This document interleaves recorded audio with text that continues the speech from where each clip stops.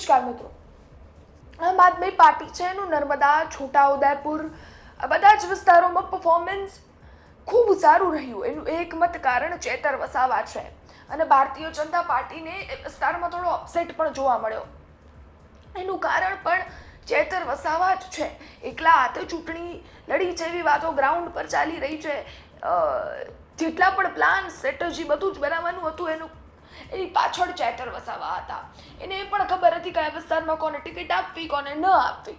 પરંતુ ભારતીય જનતા પાર્ટીને જ્યારે અપસેટ જોવા મળી રહ્યો છે ત્યારે એક એવા સાંસદ, ભરૂચના સાંસદ જે 7 ટર્મથી જીતા આવ્યા છે અને ફરી સાંસદ છે, એમનું નિવેદન આવ્યું છે. એમણે જોવા જઈએ તો ભારતીય જનતા પાર્ટી છે એની જિલ્લા ટીમ છે નર્મદાની એને ખચકાવ્યા છે, ખખડાવી નાખ્યા છે એવું પણ કહી શકીએ. કારણ કે જે રીતની સ્પીચ સામે આવ્યું છે એમાં એણે સીધા જ પ્રહાર જિલ્લા ટીમ પર કર્યા છે. નીલ રાવને એવું કહી દીધું છે કે 10 વાગે ઉઠનારો માણસ કઈ રીતે સેવા કરી શકે. સાથે અનેક એવા નામ લઈ અને ઠપકો આપ્યો છે ને એવું પણ કહ્યું છે કે જો મેં તો અનેક એવી વાતો કહી હતી, એવી નસો કહી હતી ચેતર વસાવાની જે પકડી અને જીતી શકાતું હતું, પરંતુ એ લોકોએ બેઝ પર પ્રચાર નથી કર્યો, લોકોની વચ્ચે નથી ગયા અને એનું જ કારણ છે કે ચેતર વસાવા છે એની જીતની ગણતરી અહીંયા થઈ રહી છે. સૌ પ્રથમ ભરૂચના સાંસદને સાંભળીએ.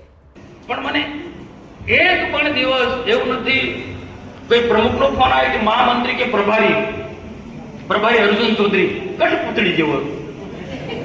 હા, આ પહોંચાડજો અવાજ. અર્જુન ચૌધરી એટલે કઠપુતળી, જેટલું નતા એટલું કામ કરવાવાળો. જિલ્લાના ટીમની એની જવાબદારી છે કે મને મોકલવો છે કે આ સીટ નબળી છે, આ જિલ્લા સીટની છે કે આ વિસ્તાર નબળો, ત્યાં મને મોકલવું જોઈએ. આ બધા ઘણા બધા અને ઉમેદવારો આપી દે તો વાંધો ને ભાજપ અને જીતવા માટે કોઈ નીકળ્યો છે, જિલ્લા પ્રમુખ નીકળે છે કોઈ દિવસ? કોઈ મને બતાવે ફોટો કે જિલ્લા પ્રમુખ નીલભાઈ રાવ કોઈ જગ્યાએ જિલ્લા પંચાયતના ઉમેદવારને જીતવા માટે કોઈ સભા કરી છે? એમના 3 મહામંત્રી છે. તમે બહુ સારો શબ્દ વાપર્યો છે. આ 10 વાગે ઉઠે અને ઉઠીને સીધા એસી કાર્યાલયમાં જતું રહેવાનું. આખો દિવસ ત્યારે ફોન ઉપર બધું ટીચિંગ કર્યા કરવાનું બધું. ને કોઈ મહત્વના નિર્ણય લેવા હોય તો અમને તો પૂછો, અમને પૂછો.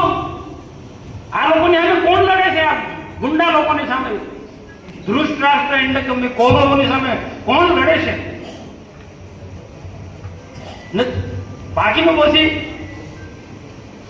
જીતી ગયા પછી બાકીનું મારે કહેવું નથી, બધા તમે જાણો છો. આ બધા કારણો છે, આમાંથી આપણે બહાર નીકળવું પડશે. ભારતીય જનતા પાર્ટીના કાર્યકર્તા તમે છો, એને ખબર છે. લોકો કામ માટે જાય 10 વાગે, 8, 9, 10 વાગે. ભાઈ તમે નેતા છો, તમારે વહેલી સવારે જાગવું જોઈએ, લોકોના પ્રશ્નો સાંભળવા જોઈએ.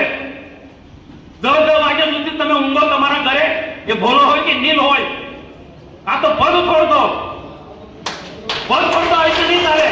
અહીંયા કાર્યકર્તા સાંભળવો પડશે. 10 વાગ્યા સુધી તમે બિસ્તરમાંથી ઉભા નહીં થાવ. મેં નરેન્દ્ર મોદીનો દાખલો આપ્યો. જાઓ નરેન્દ્ર મોદી પાસે કાર્યકર્તા શીખે, આગેવાન શીખે. મેં વાત કરી હતી. 4 વાગ્યા માણસ જાગી જાય, બ્રહ્મોત્સવ જાગે, નીચે પ્રવૃત્તિ કરે, પૂજા પાઠ કરે, ના 9 વાગે તેનું કાર્યાલય ચાલુ થાય, લોકોને સાંભળવાનું ચાલુ કરી દે. ના આ અનેક રાજ્યો ના અનેક સંગઠનના લોકો આ પ્રકારની આપણી કાર્યપદ્ધતિ છે ભારતીય જનતા પાર્ટીના. પેલા લોકોમાં અને આપણા લોકોમાં બહુ ડિફરન્સ છે. 9 વાગે 10 વાગે ઉઠે એ રાક્ષસી વૃત્તિનો માણસ છે. મેં આ વાત ઘણી જગ્યાએ કહું છું. આના 2 રાક્ષસો કે મેં કીધું ને બીજા કોઈ રાક્ષસો હોય, એમાં નીલ હોય કે પછી ભોલો હોય. ભોલાનું શું નામ છે?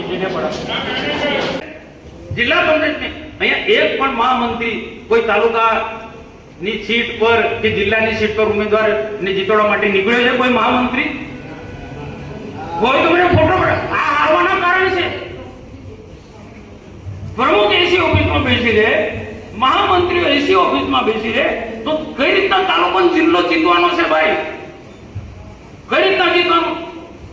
કે ધારાસભ્ય આવો પ્રકારનો ગુનાહિત કૃત્ય વાળો છે, આટલા ગુના, એ મેં માહિતી આપી છે જિલ્લાના લોકોને.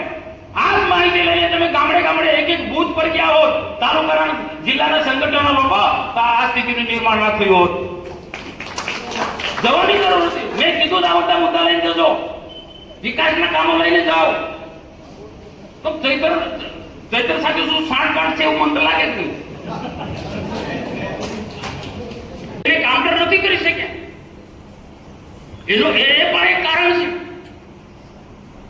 જિલ્લા સંગઠનના લોકો અહીંયા આવે છે, ઘનશ્યામભાઈએ કાર્યાલય બનાવી દીધું છે એર કન્ડિશન, એમાંથી બહાર નથી નીકળ્યા.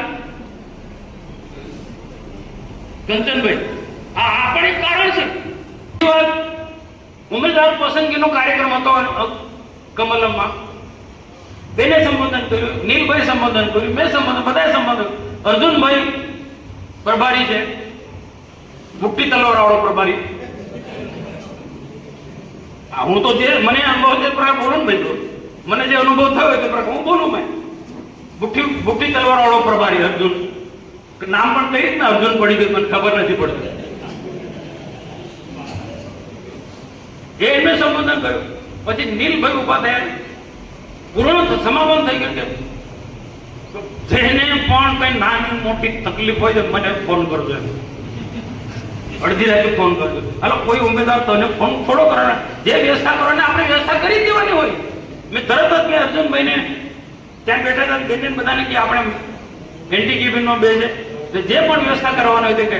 એટલે મેં એ જ વાત કહી હતી ને, એ જ વાત કહી કે ભાઈ આપણી પાસે પૈસા ના આવ્યા હોય તો ઘનશ્યામભાઈ પાછલા વર્ષમાં ઘનશ્યામ દેસાઈ જાડેજા જે કામ કરતા હતા એ બી મિટિંગમાં હતા.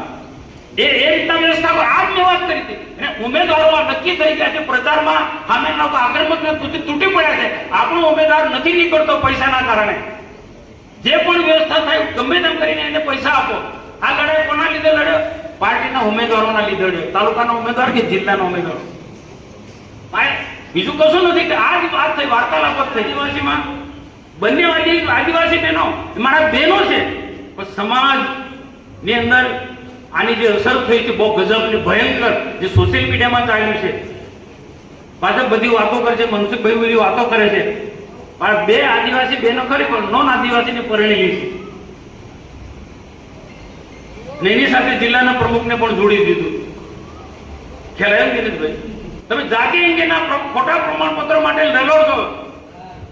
જાતિ અંગેના ખોટા આદિવાસીના ખોટા પ્રમાણ માટે તમે લડો છો, તો તમે આને પ્રોત્સાહન આપો છો. તમે આને પ્રોત્સાહન આપો છો. અહીંયા એ સ્થિતિ છે તળી વિસ્તારની અંદર, ગરડેશ્વર વિસ્તારની અંદર. મેં કીધું ભલે તમે સ્વીકારો તો નહીં સ્વીકારો, પણ કંચનભાઈ આપણે વર્ષોથી કામ કરતા છે, દિનેશભાઈ પણ વર્ષોથી ક્યાંક નાના તળીનું મોટા તળીનું ફેક્ટર છે કે નહીં, ને ભીલ સમાજનો ફેક્ટર છે કે નહીં, નવરભાઈ છે કે નહીં, એ નથી છે નહીં રહી શક્યા. એમને બુદ્ધિ જ નથી, કઈ અક્કલ નહોતી કે કઈ સીટ પર ભીલ સમાજનો ચાલે, કઈ સીટ પર નાના તળી ચાલે, કઈ સીટ પર મોટો તળી ચાલે, તાલુકા જિલ્લો. એ લઈને અને આપણે કીધું છે, મેં એમને કીધું છે આ સીટ પર આ ચાલે, આ સીટ પર આ સમાજ ચાલે, આ સીટ પર આ કે ના અમારું તાલુકાનું સંગઠન હોય, તાલુકાના સંગઠન એકડો આવડતો નથી. તમે તેને ત્યાં બીજું ક્યાં કીધું છે એને ક્યાં બધા ભરોસો નીકળ્યો કામ લાગ્યો છે. આ મુદ્દો બહુ જોરશોરમાં જે વરસાય છે ભાષણમાં બોલવી, આ મુદ્દો ત્યાં બહુ ચાલ્યો છે. એવી રીતના કે મનસુખભાઈનું અપમાન, સાંસદના સાંસદનું અપમાન, આદિવાસીનું અપમાન, અપમાન અપમાન અપમાન આ જ ભાષણમાં ચલાવ્યું છે. સોશિયલ મીડિયામાં આખું જે મૂક્યો છે મુદ્દો, આ બધા મુદ્દાને જિલ્લાએ કાઉન્ટર કરવા જોઈએ, એ કાઉન્ટર નથી કર્યા. જિલ્લાએ જે કાઉન્ટર કરવા જોઈએ એ નથી કર્યા. ચૂંટણી પ્રચારની જે વ્યવસ્થા તંત્ર જે રીતના જે ગોઠવવું જોઈએ એ રીતના ગોઠવાયું નથી. આડે ધડ આ મહામંત્રી ભોલાભાઈ ડેડિયાપાડામાં ઘરની બહાર નથી નીકળ્યા. ઓછી દિવસે એસી ચાલુ કરે અને ખાય અને બે ચાર પાંચ લોકો સાથે બેસી ને ચૂંટણીનું કામ બે આ રીતના ચૂંટણી જીતાય. ભાઈ મારે તો સારો સંબંધ છે, પણ આ તો કેવું પડે ને. આપણે આળસમાં રહીએ, નામના ભરોસે રહીએ તો શું થાય? શું થાય? આમના ભરોસે રહે, નીલેન્ડ કંપનીના ભરોસે રહે તો શું થાય? વિધાનસભામાં જાય તો એમના ભરોસે નથી રહેવાનું. આપણે ભારતીય જનતા પાર્ટીના વિચારધારાના વરેલા કાર્યકર્તા છે.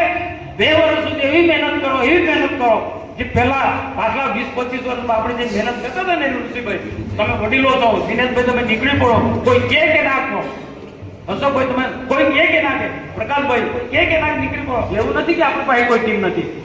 એટલે એમને મેસેજ આપો કે તમે કામ કરવામાં સક્ષમ ના હોય તો નીકળી જાઓ.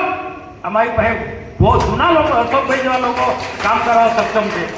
અને પ્રદેશમાં કહીશું અમે ભાઈ આ લોકો નિષ્ફળ ગયેલા લોકો જેને કામ કરવા સક્ષમ મોડે ઉઠે છે, રાક્ષસી વૃત્તિના માણસો. આ તો નવાને ચાન્સ આપ્યો છે ભાઈ. એ નવા લોકો ફેલ ગયા, તાલુકાનો હોય કે જિલ્લાનો હોય, ક્યાં કોને ટિકિટ આપવી, તાલુકામાં, જિલ્લામાં, એ જ એમને ખબર નથી. આવા નોલેજ વગરના લોકો બેસી ગયા છે. એટલે આવું જ પરિણામ આવે ને.